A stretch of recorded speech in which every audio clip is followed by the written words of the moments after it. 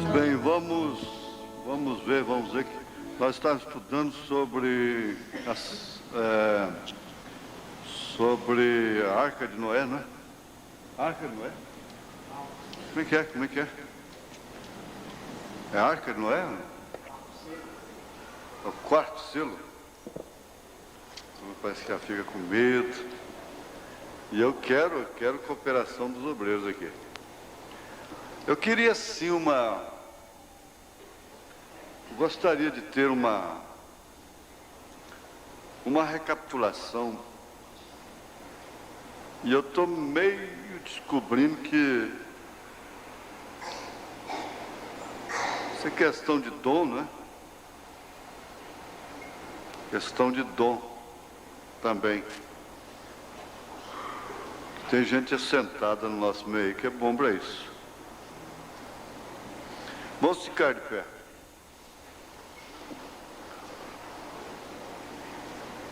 Primeiro Timóteo 5, foi dada a escritura, não, né?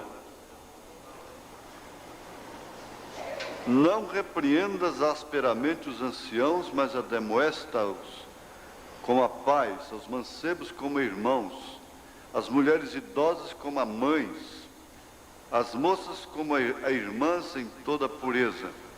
Honra as viúvas que verdadeiramente são viúvas. Mas se alguma viúva tiver filhos ou netos, aprendam primeiro a exercer piedade para com sua própria família e a recompensar seus pais, porque isto é bom e agradável diante de Deus. Ora, que é verdadeiramente viúva e desamparada, espera em Deus e persevera de noite e de dia em rogos e orações. Mas a que vive em deleites, vivendo está morta. Senhor Deus, ajuda-nos nessa graça, nesse conhecimento, nessa misericórdia do Senhor, em nome de Jesus Cristo. Amém. Amém. Eu tive uma surpresa, sentar, irmãos. Eu tive uma surpresa aqui sobre aquele hino da mesa, viu? Aquele hino da mesa. A irmã Meire estava com ele preparado para cantar, não estava? Irmã Meire? Faz favor, vamos ver. Isso aí, então, ela já estava preparada a semana passada, mas não falou nada. E foi muito bom, tudo bom, como foi cantado domingo, né? Mas eu quero ver como é que vai sair com a irmã Meire. Eu pedi aos irmãos a dupla também para olhar, mas pelo que eu vejo a dupla não vai dar também, né? E acho que fica melhor com a irmã Meire do que com a irmã Maristela. Acho que vai ficar melhor. Questão de dom, né? Assim, cada repertório, cada pessoa tem o hino próprio para o seu tipo de voz. Vamos ver como é que fica esse, né? Você sabe tocar? Sabe, né? Assim, o irmão Divino voltou como bom cidadão para a guitarra, né? Ele foi convidado hoje, nós fomos lá no seu trabalho convidá-lo, e com o irmão, abençoado seja seu nome, Herbert.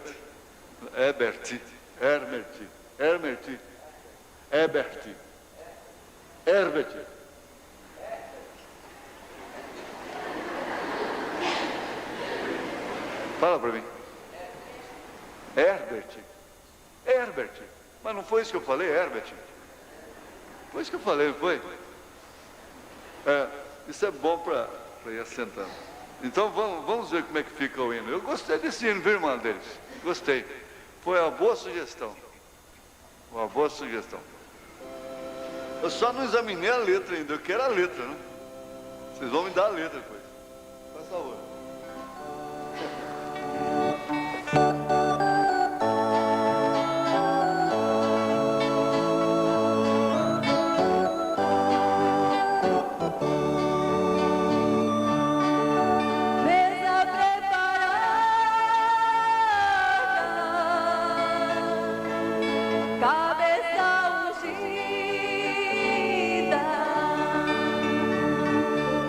Cáliz transbordante.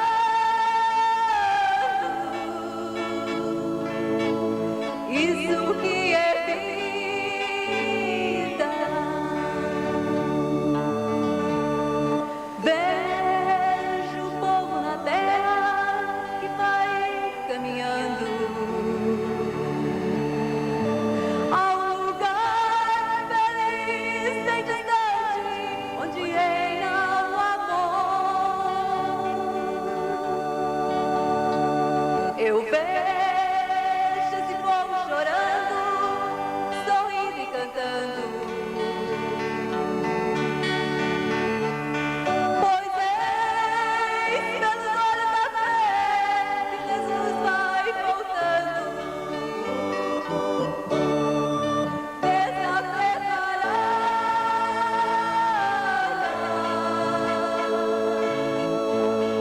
cabeça ungida,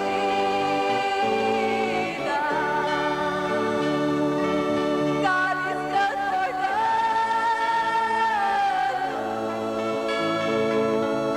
Isso que é vida.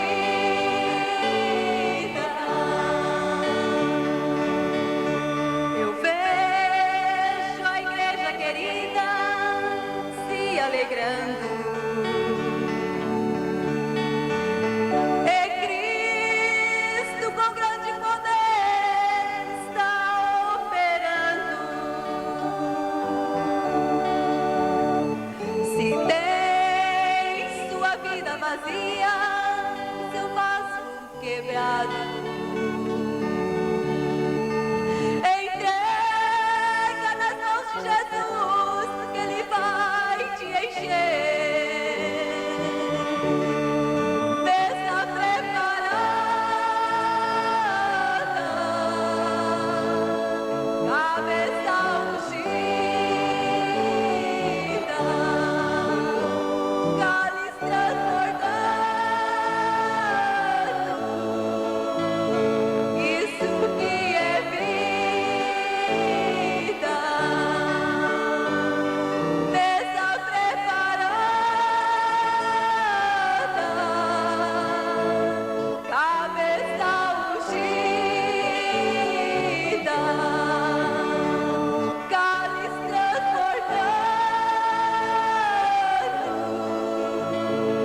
Isso que é vida.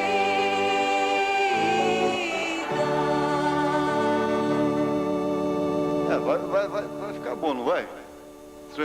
Não ensaiou? Vai ficar bom. Vai treinando, vai ficar bom. Vai ficar bom. Vamos ver aqui como é que nós vamos fazer. Eu estou para entrar aqui num assunto. Esse assunto é muito importante, do Ministério da Águia. E eu comecei a entrar nele na quarta-feira passada. A Águia fez uma denúncia. Ela fez uma denúncia tremenda. Que denúncia foi esta?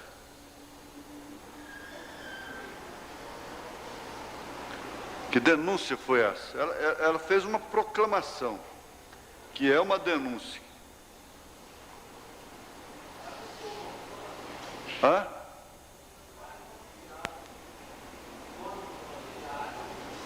Pois é, e como era que foi a denúncia dela? O caracterizou de quê? Morte. Morte. Morte.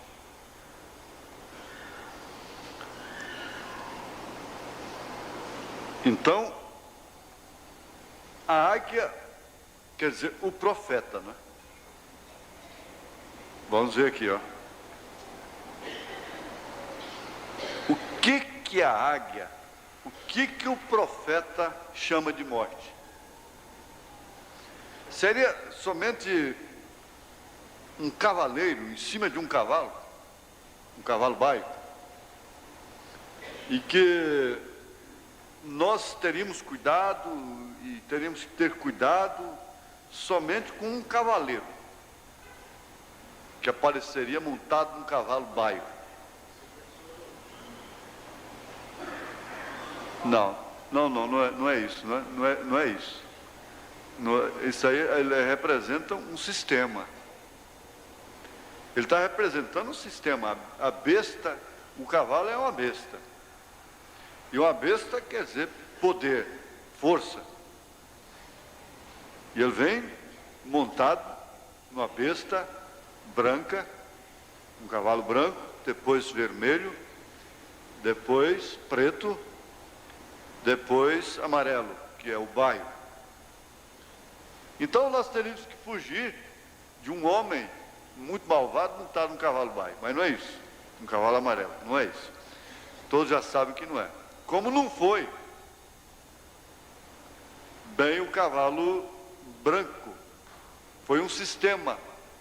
O cavalo vermelho foi um sistema, foi um acontecimento sangrento. O cavalo preto também foi um acontecimento. Agora o cavalo amarelo é um acontecimento e por certo a noiva vai sofrer muito com ele, né? Como é que é?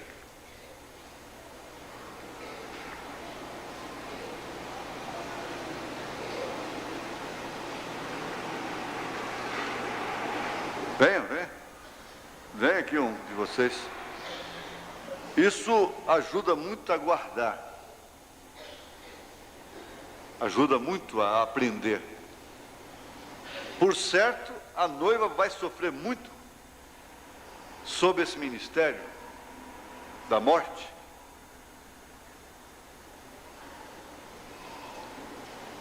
E agora, quem levanta e vem aqui?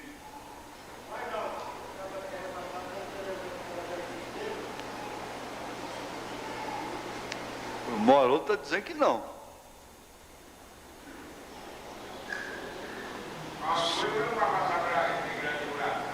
A noiva não vai passar pela grande tribulação. E o cavalo amarelo está na grande tribulação. Hã? Quando a noiva sobe e o diabo então vai se encarnar. Aí é quando então ele será a besta. Porque aí ele completa: anticristo, falso profeta, besta. Bom, mas aí está matematicamente certo. De acordo com o quarto selo, o irmão Branham diz exatamente isso. Hã? A mistura. Tá vendo, moçada? Tá vendo, moçada? Como é que é? Então vem cá. Isso, eu tô querendo acender um foguinho aqui. Ainda vai ter um encontro, o profeta fala da vida, Jesus, do cavalo branco, Apocalipse 19, com esse cavaleiro aí do cavalo amarelo. Tem um encontro. Mas isso depois. Capítulo 19 é quando ele vem vitorioso, né? Mas nós estamos estudando esse capítulo 6, o quarto selo, se referindo ao capítulo 6, entendeu? Do cavalo branco, vermelho, preto e amarelo. Então, porque o irmão Branham diz assim, que aí a noiva é arrebatada, Jesus Cristo só vai aparecer no capítulo 19, montado num cavalo branco. Então não é nesse ministério aqui, não é nessa fase. Não é certo? Combinou? Tá bom. Só não pode haver confusão do capítulo 19, né, irmão Zé? Com isso aqui não, né? Então vem cá. Então, vamos botar. Vamos esclarecer essa coisa aí. Isso é muito bom, eu gosto disso. Eu gosto de ver, quando vejo as pessoas começarem a acordarem assim, sem especulação, sem misticismo. Você está entendendo? Sim, entendi. O cavalo amarelo, ele é uma mistura das três cores anteriores, que é o branco, o preto e o vermelho. Então ele é morte porque ele chegou ao seu fim. É quando o anticristo chegou ao fim, e aí ele seguiu para a morte. Então a cor amarela é a mistura dos três primeiros cavalos chegando ao fim da besta. Ao fim da besta. Agora apertou. Agora apertou, porque ele é morto porque ele mata. Mas lembrando isso, mostra que chegou o fim. Hã? Assim, dentro do período gentílico, você diz? 3 cavaleiros Dentro do período gentílico. Agora, isso aí tem sentido. Peraí, tem sentido porque nós temos que observar uma coisa. Do primeiro até o quarto selo, está relacionado com os gentios. Não é assim? Quinto, sexto selo não tem nada a ver com os gentios, é com os judeus, num cumprimento simultâneo. Então, o que vai acontecer? É que realmente o ministério, esse ministério tríplice, culminará em relação a esse período, né? Isso que você quer dizer, né? Porque o fim mesmo de desfecho final lá de Apocalipse 20, é bem depois, né? É dentro desse período. É onde estão os poderes da besta, né? Os poderes da Dominado no último cavalo que é amarelo. certo, aí está certo. Dentro desse período. Senta aí mesmo. E agora, ele é chamado pela águia morte. Vamos ver no quarto selo, parágrafo 127. Ele falou exatamente isso que os irmãos citaram, e depois no 127 ele diz: a quarta etapa deste cavaleiro é morte. Morte significa separação eterna de Deus. Nesse caso aqui, a morte significa separação eterna de Deus. Quando Deus disse para Adão e Eva: quando comerdes, morrerás, então morreram mesmo. Desde então, a carne e o sangue não eram no reino dos céus, foram excluídos, ficaram separados. Agora, Deus, nós vemos domingo à tarde, Ele proveu um meio substitutivo para Adão, matando um cordeiro. Isso já se referindo à parte interna, a parte espiritual, a alma, o espírito, né? Isso significa a morte. Agora, temos mostrado que esta pessoa, é o mesmo que montou o cavalo branco, que montou o cavalo vermelho, que montou o cavalo preto, e agora ele monta o cavalo amarelo, depois dessa trindade de ofícios: anticristo, falso profeta e besta. Então, ele forma esse sistema de morte. Ele é fúnebre, ele é mortal, ele é mortífero, e ele exala o espírito da morte.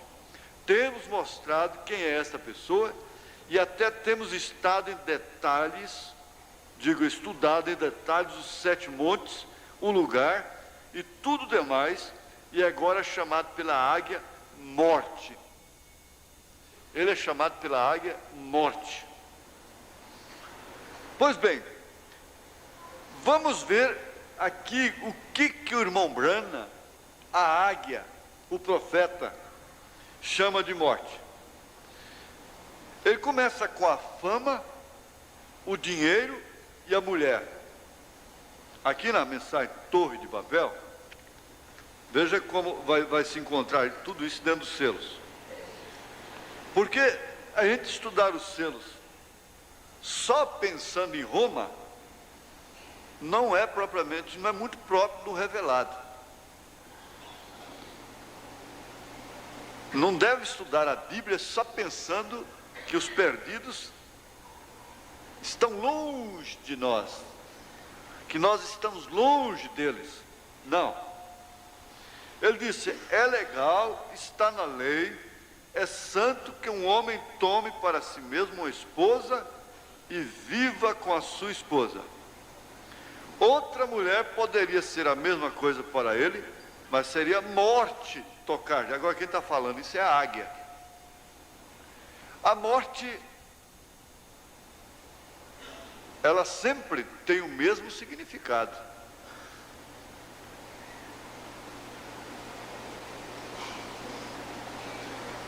Aí está a diferença. A justiça pervertida. Por quê? Que nós estamos num mundo de justiça pervertida. Porque a igreja casou-se com o Estado. E casando-se com o Estado, ela morreu. Mas a que vive em deleites, vivendo, está morta. Ela diz que está viva. Agora, o profeta diz, no parágrafo 16, esta é a maneira que é todo pecado. Então, os moralistas, os defensores do céu só através da moral, que acham que tendo moral vai no rapto, tendo moral limpa vai salvo, eles param aqui no parágrafo 15, mas o irmão Branham prossegue dizendo, esta é a maneira que é todo pecado. Todo pecado. Então, essa águia tem uma função, um ministério especial, de mostrar o que é morte. Fama, dinheiro, mulher significa morte. Você não tenha dúvida que dinheiro significa morte. Aí Paulo então diz que o dinheiro é a raiz de toda amargura. E que pondo o coração nele, então o homem fica envolvido em laços de amargura. E não há ninguém que possa se desprender dele e deixá-lo. Não há ninguém que possa viver sem ele. Não há ninguém que possa viver sem dinheiro. Ele é um mal necessário. E justamente a morte é um mal necessário. A morte é uma necessidade biológica. Porque dentro dessa dimensão, se a pessoa for vivendo, está bem, se ela não fosse enfraquecendo, dando dores nas pernas, e passasse a caducar, e se tornar uma criança, está tudo bem. Se ela permanecer sempre jovem, então essa vida sem fim seria uma beleza, o que vai ser, né, posteriormente. Mas viver demais não é bom.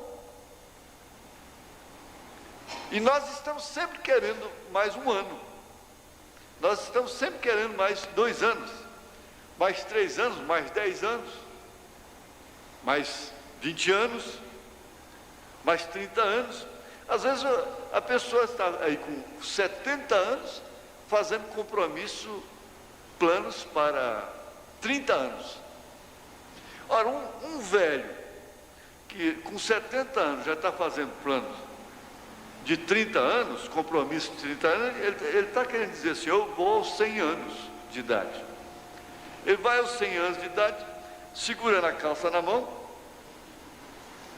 carregado para lá e para cá, como Jesus disse para Pedro, quando era jovem, então você podia levantar e sair, ir aonde você quiser, você chega a hora que você quiser, e vai, e pula o muro, e sobe no pau, e faz o que você quiser, e bate o pé, embirra, mas o que você fica velho, eu não quero ver. Espera ele ficar velho, irmão, você vai ver. Eu quero ver. A valentia acaba. Não é certo? Então, é um mal necessário. A morte é um mal necessário. É uma necessidade biológica. É preciso morrer, é necessário morrer. Agora,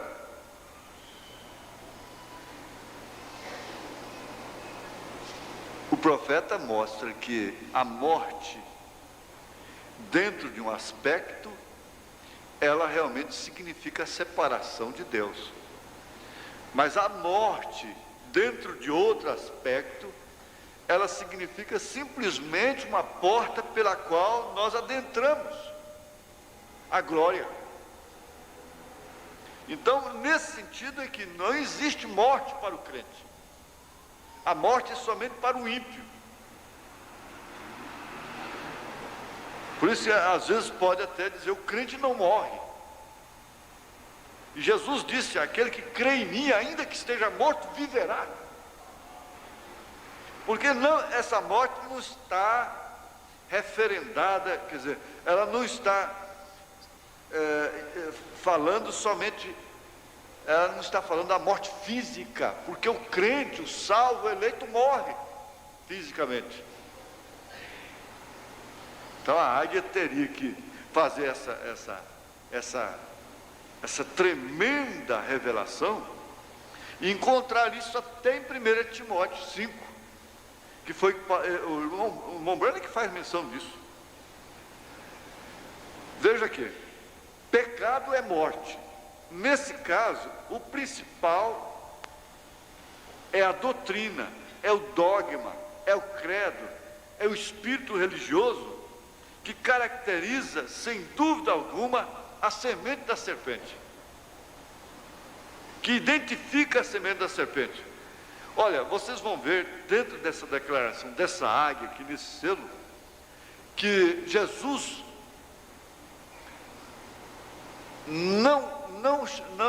nunca qualificou uma prostituta de semente da serpente.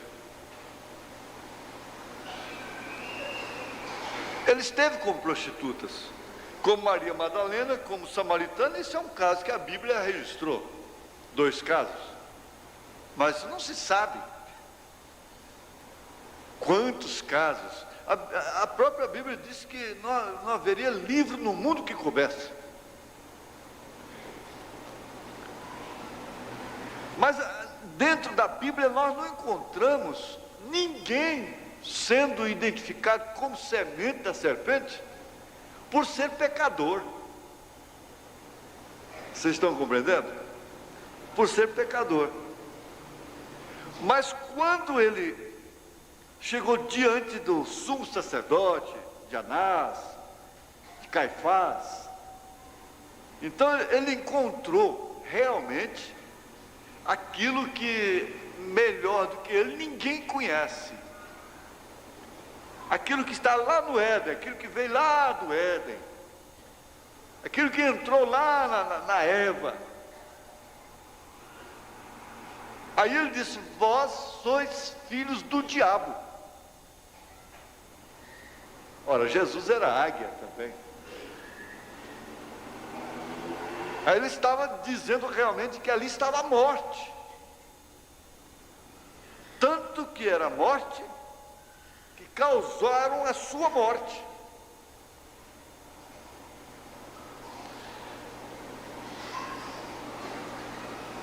Em 1 Timóteo capítulo 5, versículo 6, nós acabamos de notar, a mulher pode morrer mesmo estando viva. Viúvas que ficam piores do que as demais. Paulo disse que elas, veja aqui, elas aprendem também a andar ociosas, e também paloureiras e curiosas, falando o que não convém, tendo já sua condenação por haver aniquilado a primeira fé. Aquilo está certo que Paulo estava ordenando à igreja, e se referindo à pessoa física. Mas vocês vão ver isso aqui, esses grupos da mensagem, que o sistema denominacional morreu para eles.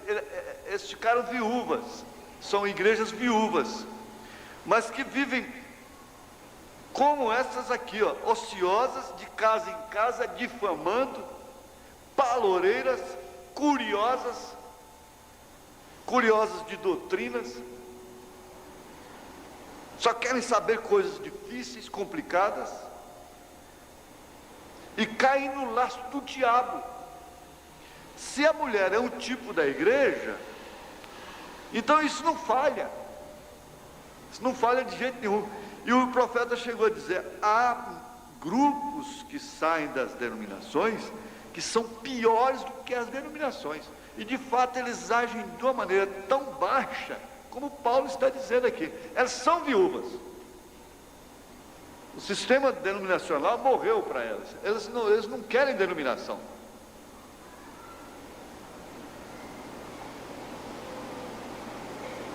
Mas a águia está mostrando esse tipo de morte que entrou na igreja. Veja, viúvas que ficam piores do que as demais, grupos da mensagem piores do que as denominações. 1 Timóteo 5, 11 a 15. Veja lá: mexeriqueiros, difamadores, curiosos, querem se casar com alguém de fora do companheirismo, exato como Paulo disse, fora do companheirismo local. Eu anotei que faça um companheirismo internacional e a inocência e a simplicidade vai embora. E nós ficamos ricos como eles, como o irmão João Martins disse aqui: americano precisa de profeta. Ele falando, censurando, né? Censurando. Ele não estava dizendo que não precisava. Ele disse: nós, os americanos, ficamos num estado, em outras palavras, tão ricos que não precisa mais do profeta. Não precisa mais dessa simplicidade.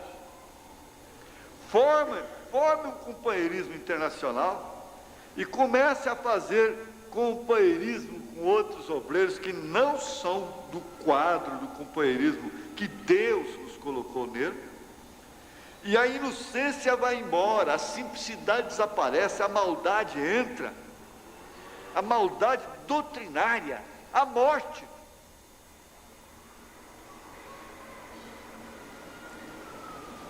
Aí é novo nome, é não sei mais o que, ficam ricos, eles denominam-se, e o irmão Branham disse: denominar-se é morte. Eles ficam autossuficientes e divisionistas. Essa é uma declaração da águia, porque nós estamos pensando só lá na Roma, só lá na Roma, naquele cavalo amarelo e naquele cavaleiro ali com o nome de morte.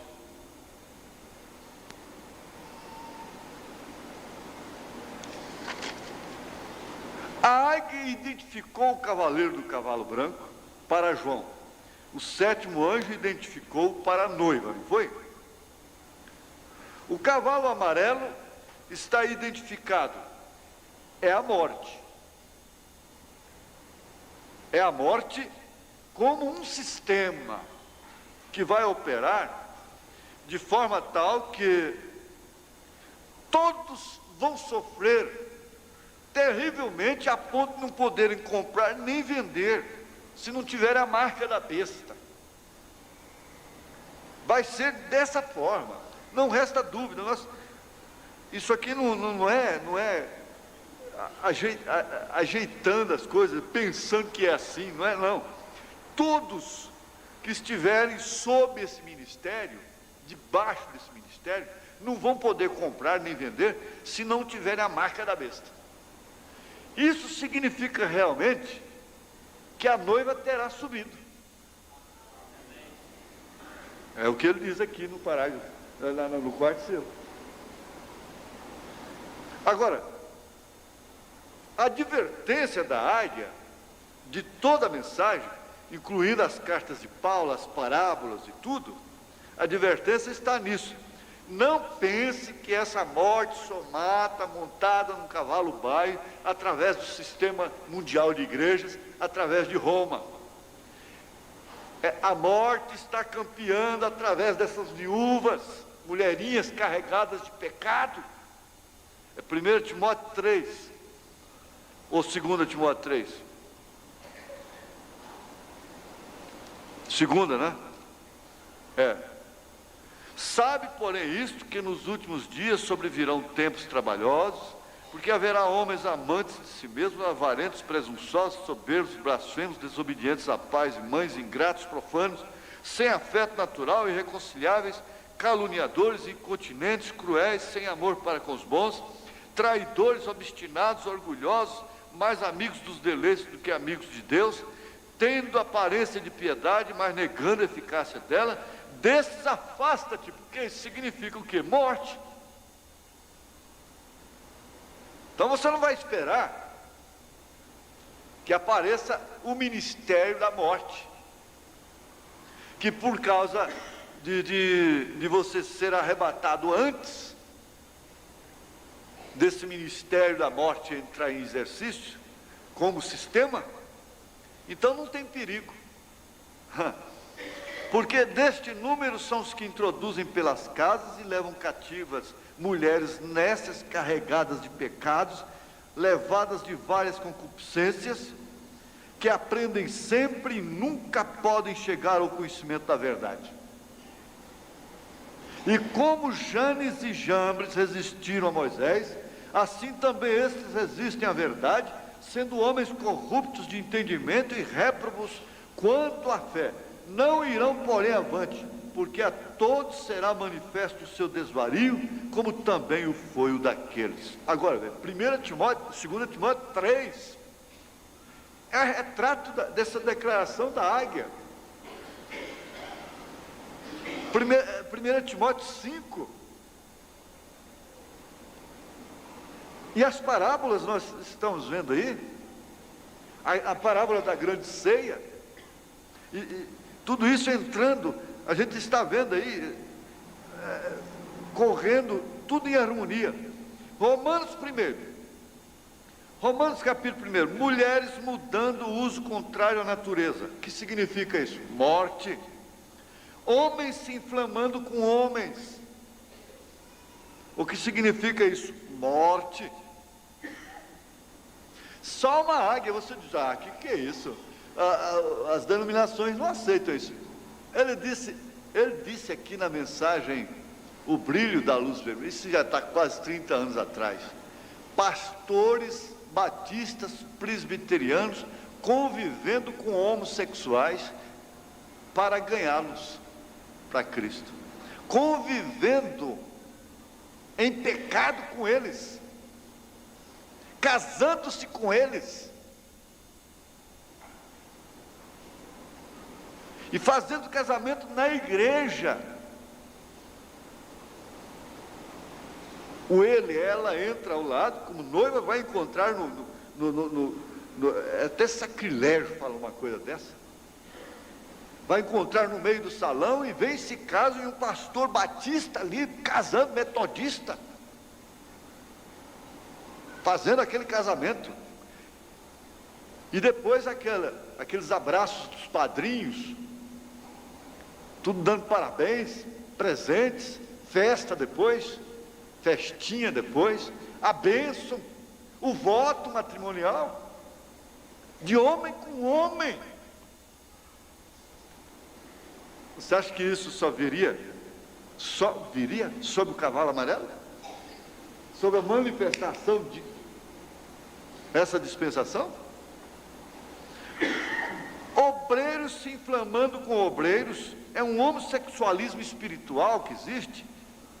Homem casado com homem espiritualmente falando, é um companheirismo nojento que existe, que me dá nojo. E mesmo de obreiros com determinados membros, não tem nada físico, espiritual, mas dá nojo certos companheirismos. E eles pegam até as suas maneiras de falar, de agir, de proceder, seus gestos e suas maneiras.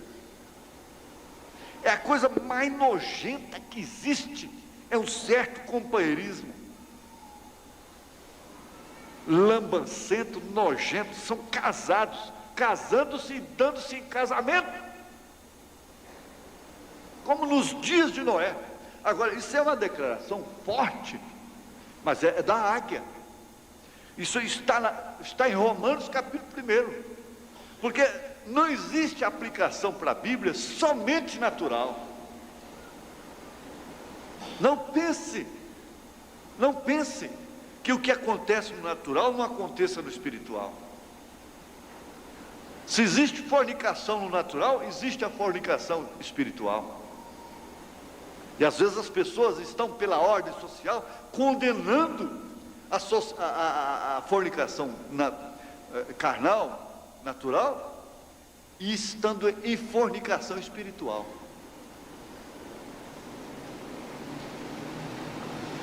Note, tudo que acontece no natural, acontece também no espiritual. Perdoe-me.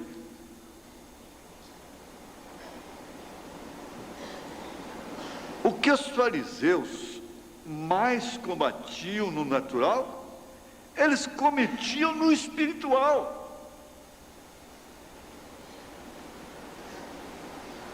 Agora, isso está sendo gravado, está sendo filmado, isso pode ser discutido até o fim do mundo. O que os fariseus mais combatiam no natural, eles cometiam no espiritual. É verdade ou não é? Por que eles eram filhos da serpente? Por que eles eram sepulcros caiados?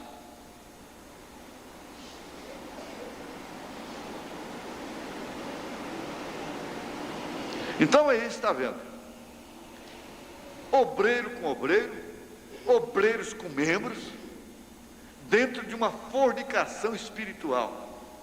Há um certo companheirismo que é mais um amásio, são amasiados, não é o companheirismo apostólico, eles são amasiados. A declaração forte é difícil, inclusive existe até ciúmes um do outro, e eles são parciais a favor um do outro, condenam os outros, mas quando vai mexer com aquele que é amasiado com ele, então aquele não, aí ele protege. Não é um companheirismo de homem sagrado, como de Pedro com Paulo, que Paulo chamou a Pedro e disse: isso está errado, Paulo. Pedro, mas é aquele negócio de concorda com tudo, e cada dia uma doutrina diferente, cada dia uma coisinha diferente, ciúmes um do outro, domínio entre si, negociata entre dízimo dos dízimos, os mesmos costumes, as mesmas maneiras sodomitas de viver espiritualmente. Sua prole é a mesma, os obreiros que eles formam são tudo do mesmo jeito.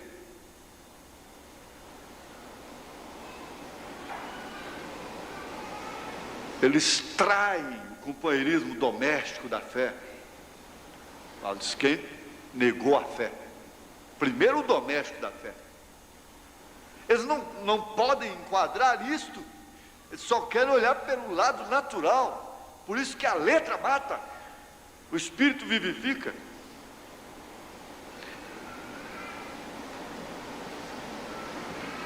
Foi como um obreiro de outro país me disse: não, eu brinquei com ele, falei: olha, o senhor vai para o Brasil e eu venho para cá. Ele disse: não é assim. Deus tem os seus homens para cada nação, para cada língua, diz o irmão Branham. Por que essa mistura? Por que uma coisa nova?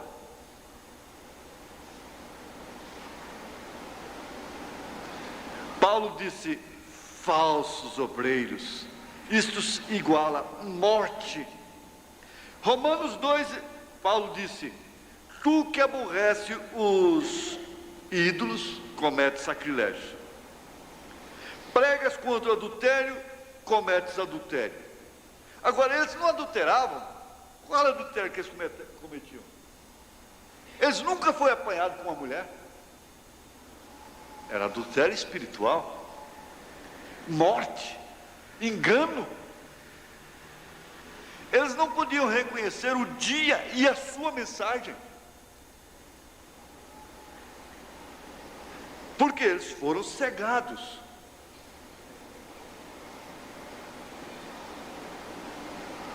Um obreiro deita e come com um difamador,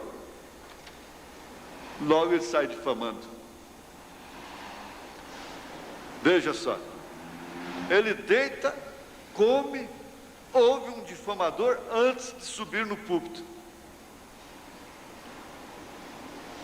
Como é que você pode crer que essa mensagem foi inspirada pelo Espírito Santo? A sua mensagem não é inspirada, essa mensagem é morte. Se não é inspirada, é falsa.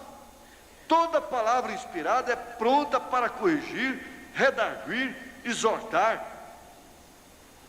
A morte significa sodomismo espiritual, ou sodomismo espiritual significa morte.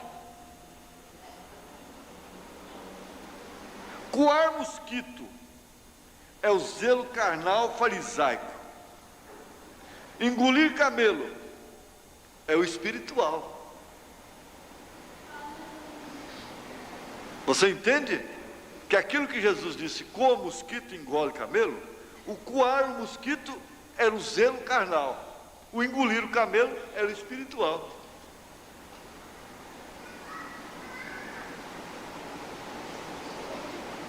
Hã?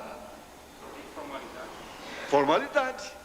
É por isso que ele pegou o sepulcro como exemplo. Você quer ver o coar mosquito, engolir camelo dentro do selo? Está aí. Agora, só a águia que mostraria isso, que isso é morte, significou morte para eles. Eles morreram separados de Cristo. E vem a questão de nós valorizarmos e reconhecermos aquilo que Deus nos deu.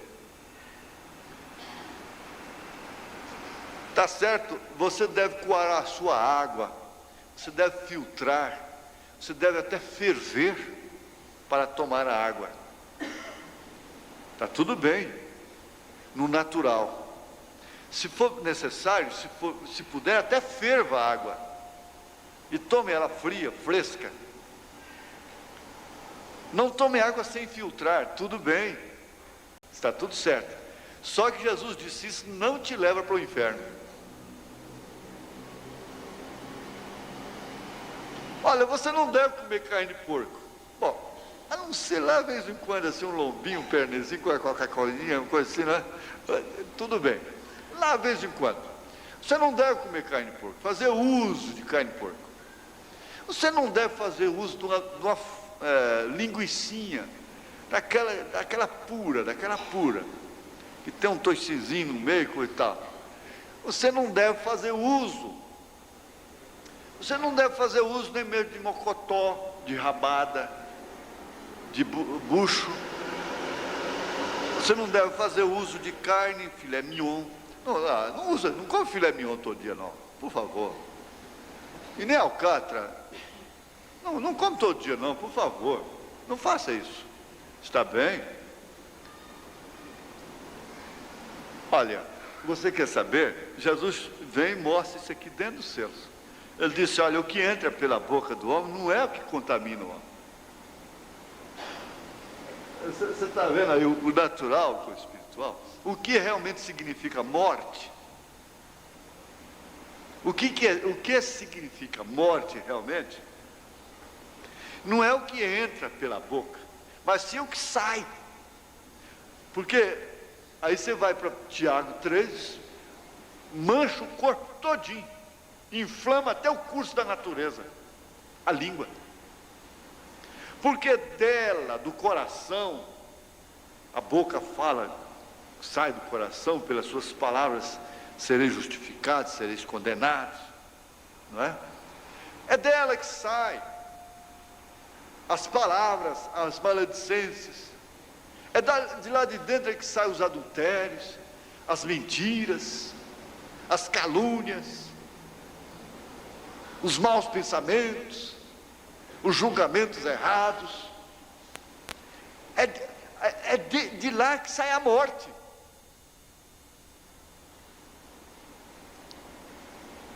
Agora eu pergunto, é bom a gente ver isso ou não é? Porque está certo, a águia mostra.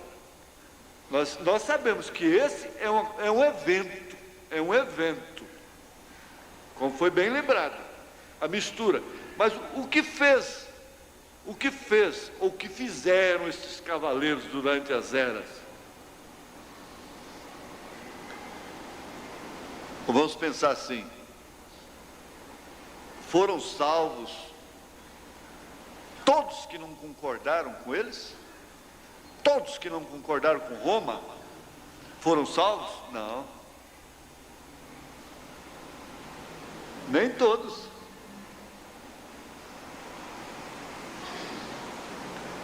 Nem todos que não estiveram sob o ministério deles no passado, foram salvos. E a mesma coisa é agora. Então, vem aqui.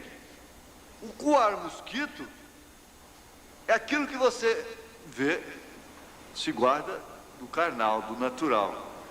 O engolir camelo é espiritual. Eu acho que ficou bem compreendido, principalmente se você anotar aí, Jesus dizendo: o que sai da boca, o que entra pela boca não condena o homem, porque é lançado para o ventre, não é? Pode diminuir seus dias aqui na terra, apenas, não é? Pode existir pecado natural e não haver pecado espiritual.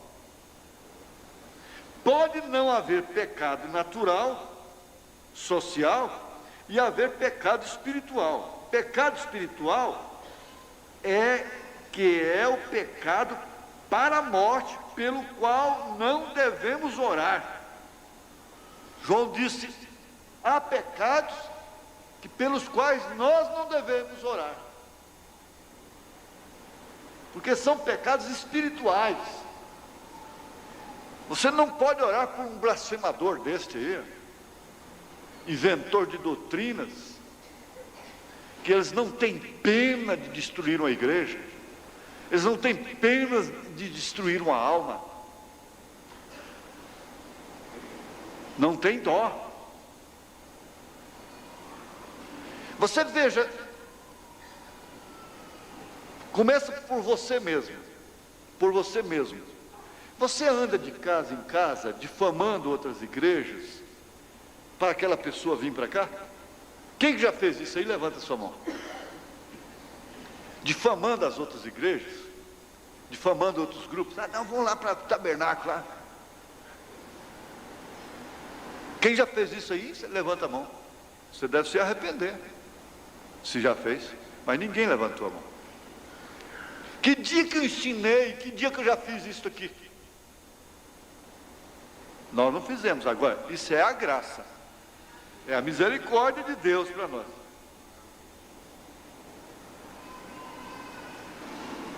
Mas eu pergunto, nós somos um grupo infalível? Nós somos um grupo sem mancha nenhuma? Nós somos um grupo sem erro? Nós somos um grupo sem pecado? Nós não temos pecado diante de Deus. Diante de Deus, isso ficou bem claro no estudo passado.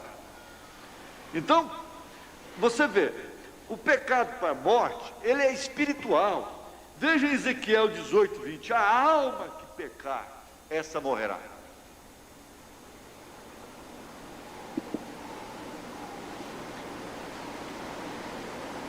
Por isso que o irmão Branham, uma certa feita,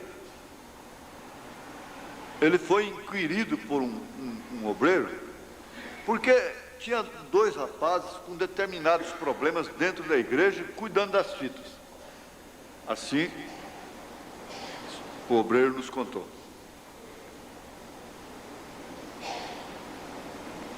Aí tinha um pregador pregando no púlpito do irmão Branham, De repente o irmão Branham se pôs de pé, pediu para ele parar e descer. Então aquele irmão ficou em dificuldade com o irmão Branham. E depois ele chamou o irmão Branham, era amigo do irmão Branham, particular. Ele disse: irmão Branham, mas por que o senhor tolera esse tipo de coisa aí? E só não pôde ter paciência com aquele homem, com aquele irmão que estava pregando. Em outras palavras, o senhor passou uma vergonha tremenda nele. O senhor fez ele descer do púlpito antes de terminar a sua mensagem. Ele disse: olha, aqueles dois que estão errando ali, eles não levam ninguém para o inferno, mas a doutrina leva.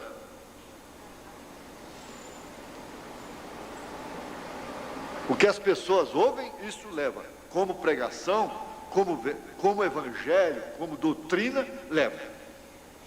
Por isso que Paulo disse: a sã doutrina. A sã doutrina. Ele fez questão. João vem e diz: no que é verdadeiro nós estamos. Agora eu pergunto, gente, nós temos certeza que nós estamos no que é verdadeiro? Porque dentro dessa revelação do céu eu cheguei a uma conclusão: eu não me envergonho do evangelho de Cristo, nunca, e você também não se envergonha. Às vezes você envergonha o evangelho. Eu envergonho o evangelho, eu envergonho a Cristo, mas não me envergonho de Cristo.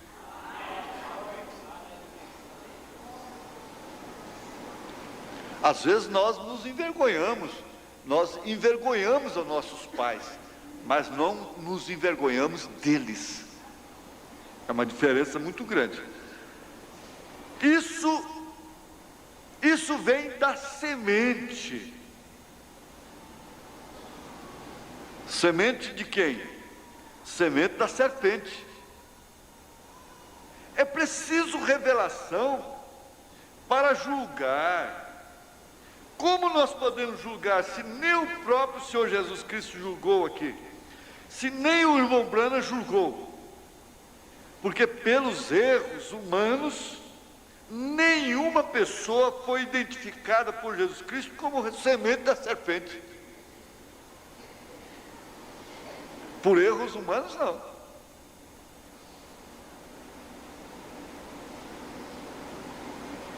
Veja, isso vem da semente da serpente. É preciso revelação, porque isso que realmente significa a morte, que é a separação de Deus. A noiva não tem pecado. Olha, não tem pecado como? Ela não tem pecado espiritual. Ela não tem fornicação espiritual.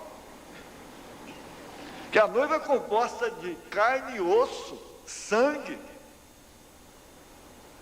A noiva está realmente na dimensão humana como os demais e chega a ser o corpo mais enfermo da terra. O enfermo não quer dizer somente doente fisicamente. Mas por que ela não tem pecado diante de Deus? Você acha que poderia haver diferença humana entre Caim e Abel? Não. Como homens, não. A diferença você viu lá onde estava. A semente inspira o culto que a pessoa oferece. A noiva não tem pecado espiritual, ela não peca espiritualmente. O natural é visto pelo vermelho. Você está entendendo? Esse natural, a parte natural da noiva, é olhada por Deus através do vermelho. E o vermelho, através do vermelho, fica branco. Por isso ela não tem pecado. João disse: se dissermos que não pecamos, nós... O que é? Mentiroso. E agora? Por que a noiva não tem pecado? Ela não fornica espiritualmente. Você pode ir para a sarjeta, pode virar um bêbado até, cair na sarjeta até. Mas chega lá, você está bêbado como for. Outro dia, eu vi um exemplo desse. Eu não vou temer falar o nome. Escuta ele, ó, Cristo está ali, o Senhor chegou aí. É um homem lá de Porto Rico que chegou aí, ele é Davi, ele é Moisés, é Elias, é o Senhor. O quê? Jesus Cristo disse, se disser ele está ali, não vai não, Cristo está aqui, ó, está aqui. Cristo está aqui. Você não crê nisso, mesmo estando bêbado. Mesmo estando bêbado, embriagado, Urias não foi dormir com Betseba.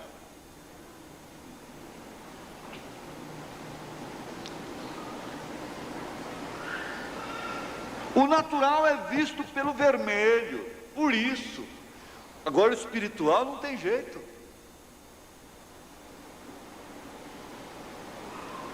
Espiritual não tem jeito.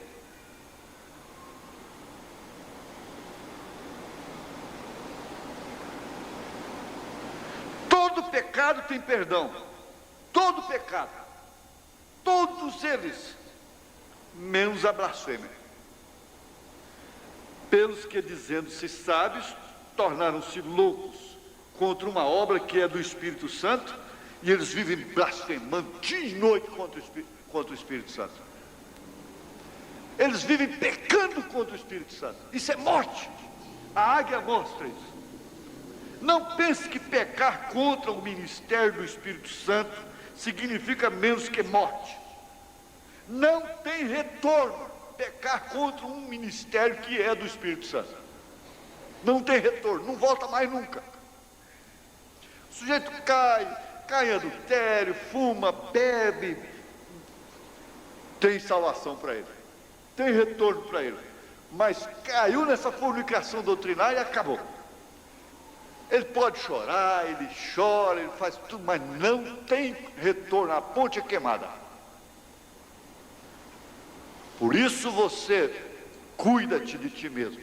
Nunca te envolvas com doutrina. Não vá na fronteira.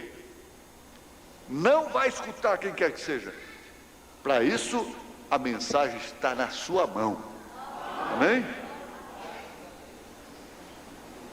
Não tem retorno. Veja, não pense que pecar contra o ministério do Espírito Santo significa menos que morte. Não tem retorno. É preciso ter noção realmente do que é pecado. Você viu como Pedro, a hora que a rede encheu de peixe, esse é o Evangelho de São Lucas. Pedro teve uma noção realmente do que ele era como homem. Ele disse: afasta-te de mim, Senhor, eu sou um pecador. Quando ele viu a rede cheia de peixe. E ele estava certo, tão certo quanto podia estar. Porque mais tarde, quando ele fez aquela declaração: tu és o Cristo, Filho de Deus vivo, Jesus Cristo disse: não tu revelou a carne nem o sangue, mas meu Pai que está nos céus. Tu és Pedro, e sobre essa pedra edificarei a minha igreja, e te dou a chave do reino dos céus. Deu para ele. E daí a pouco então ele começou a falar de sua morte. Aí o Pedro já se compadeceu dele. O outro Pedro, esse era outro. Você viu? O Pedro que pode errar é um. O Pedro da declaração era outro. Começou a convencê-lo que não devia morrer. Olha, se Jesus não morresse, então não havia salvação. O que Jesus disse para ele? Na mesma hora, na mesma escritura, São Mateus 16. Na mesmo culto, na mesma reunião. Agora você já pensou, você vem num culto, Jesus vem e diz assim: tu és Pedro, e sobre essa pedra edificarei a igreja, a minha igreja, e as portas do inferno não prevalecerão contra ela. Te dou a chave do reino. Não tu revelou a carne e o sangue. De repente, para trás de mim, Satanás. No mesmo culto, na mesma reunião. Sabe que dá para ver isso? Dá para ver? Acho que dá, não dá? Dá para ver muito claro, não dá? No mesmo culto, na mesma reunião. Para trás de mim, Satanás.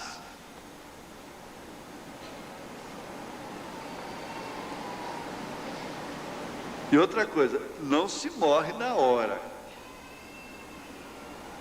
As pessoas, você entende? Você se envolve com doutrina, a pessoa se envolve com doutrina,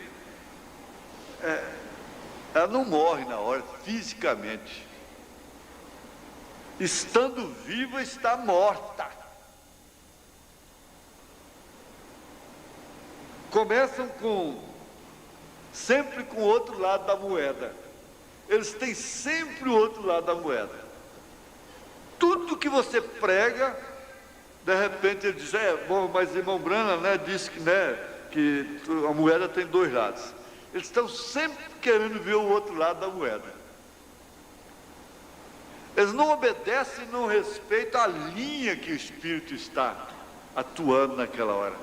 Porque se o Espírito Santo está mostrando um lado da moeda, então fica calado. Aceita aquele lado. Ora, se eu vejo um lado da moeda e a moeda está no meu bolso, o outro lado está comigo também. Um lado não está de lá e outro de cá, e eu só tenho um lado. Se eu tenho um lado, eu tenho o outro também.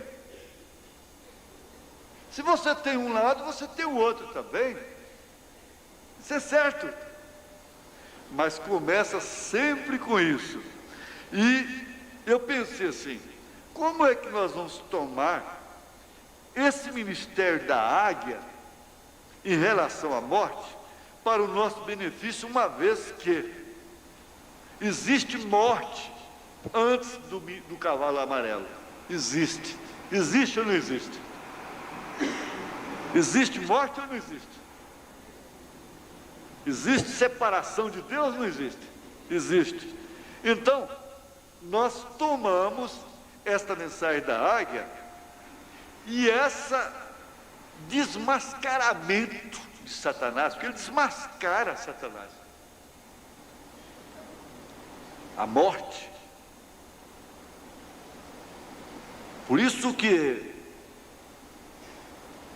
ele fala assim, a morte, na expressão profética, na inferência que ele faz, ele diz assim, que a morte diz para Paulo, eu vou te apodrecer na sepultura. Então Paulo responde, ele me ressuscitará. Amém. Aí vem o grande desafio, onde está a morte, o teu aguilhão? Onde está o inferno, a tua vitória?